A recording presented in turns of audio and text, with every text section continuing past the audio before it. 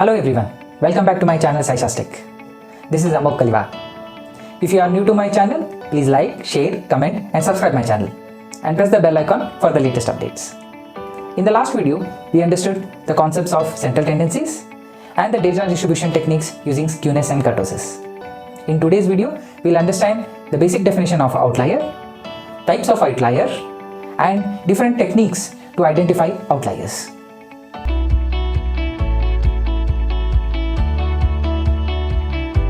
Let us understand the definition of outlier and types of outlier.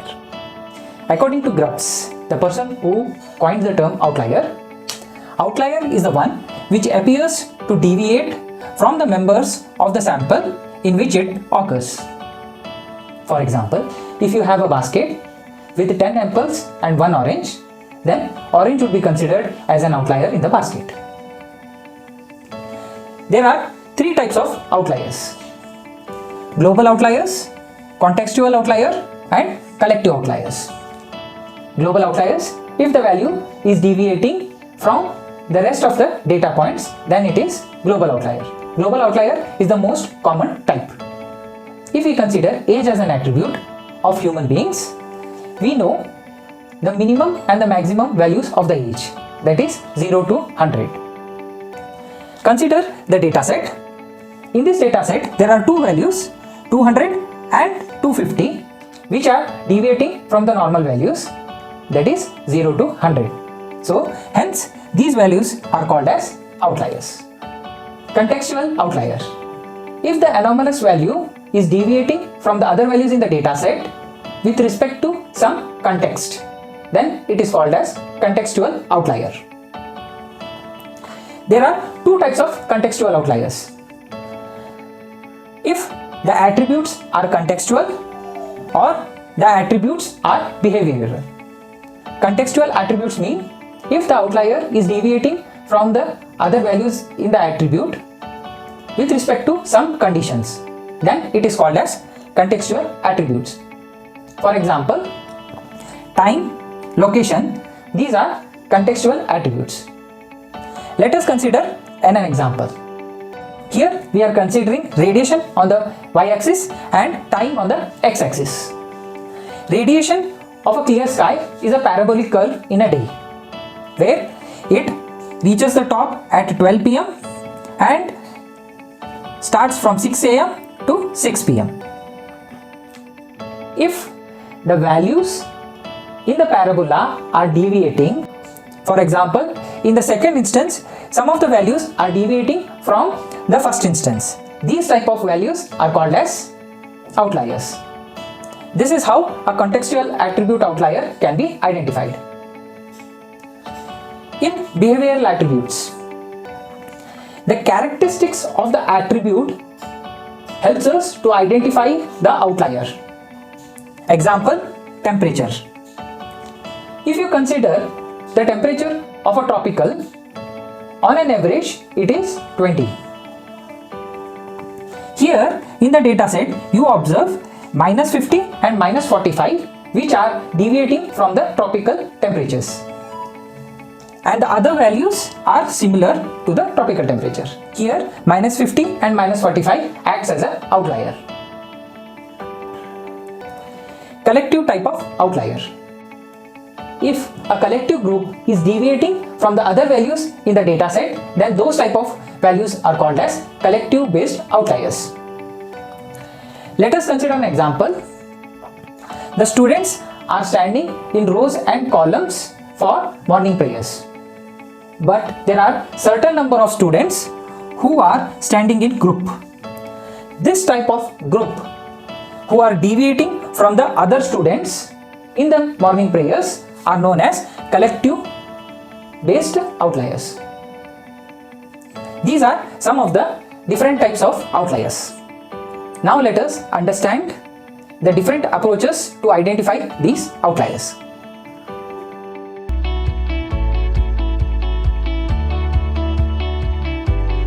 There are many approaches to identify outliers. The most common approaches are 2.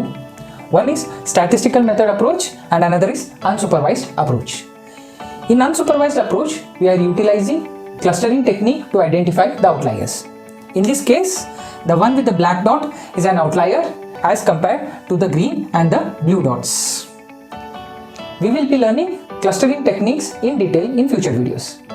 The next approach is the statistical approach.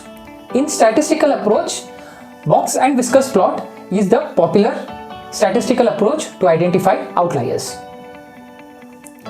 Let us understand the box and whiskers plot with an example. We have a data set with the 11 values which ranges from 3 to 30. Now let us calculate the values to identify the outliers. Interquartile region. Interquartile region is the region between the 75th percentile and the 25th percentile. Now, to identify the 25th and 75th percentile, we have a formula which is k by 100 into n. Here, k represents the per quantile which we require and n represents the number of elements present in the data sets. For 75th percentile, the k would be 75 divided by 100 into 11. Similarly, 25th percentile, 25 by 100 into 11. This is approximately equal to 8.25 and this is approximately equal to 2.75. That is between 10 and 11 and 3 and 6. We would consider 6 as the 25th percentile, 11 as 75th percentile. Median is the middle value in the data set. Here 10 is the middle value of the data set. As you can observe, 5 values before 10 and 5 values after 10.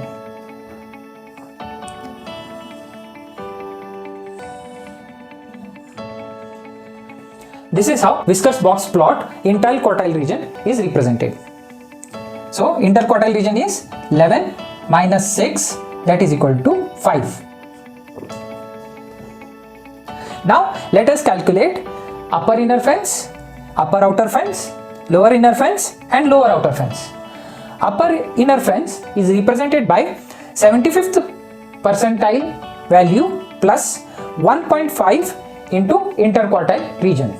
Similarly, upper outer fence is represented by 75th percentile value plus 3 into interquartile region.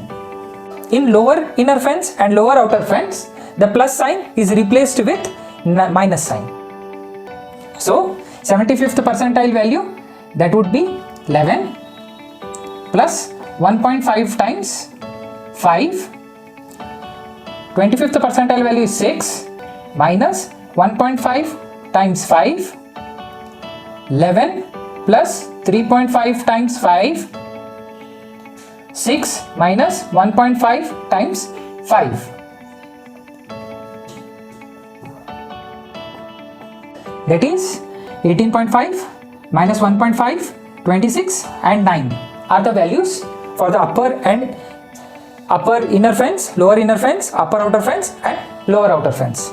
Here you can observe 18.5 would be upper inner fence, 26 would be upper outer fence. Similarly, minus 1.5 is lower inner fence and minus 9 is lower outer fence.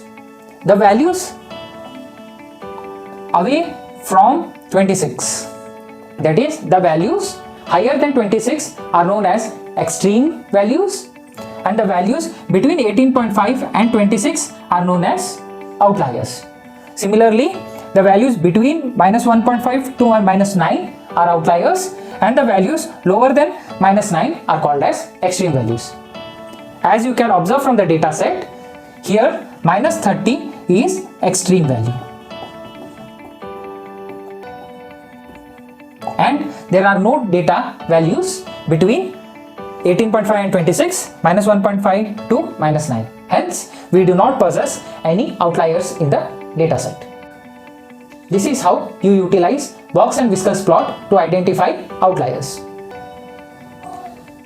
Now let us understand the box and whiskers plot using practical approach in RStudio.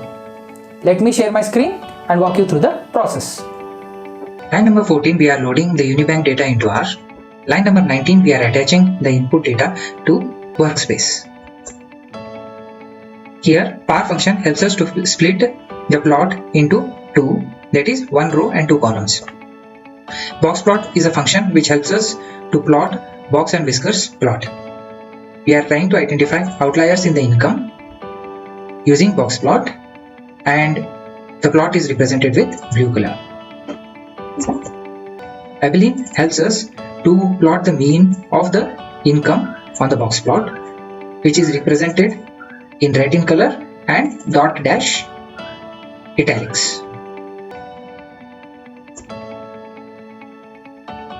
This is how the income distribution looks.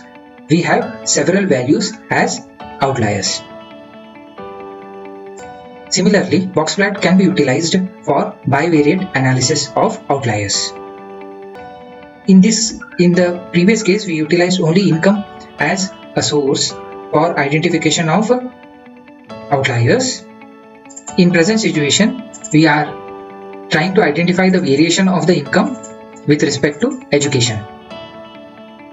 Here, x-axis represents education, y-axis represents income.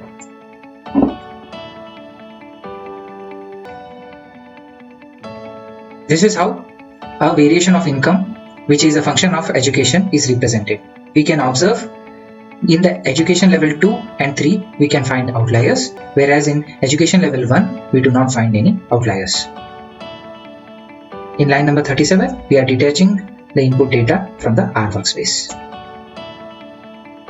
This was some of the practical application of box plot in R. If you like my video, please like, share, comment and subscribe my channel and press the bell icon for the latest updates. Thank you.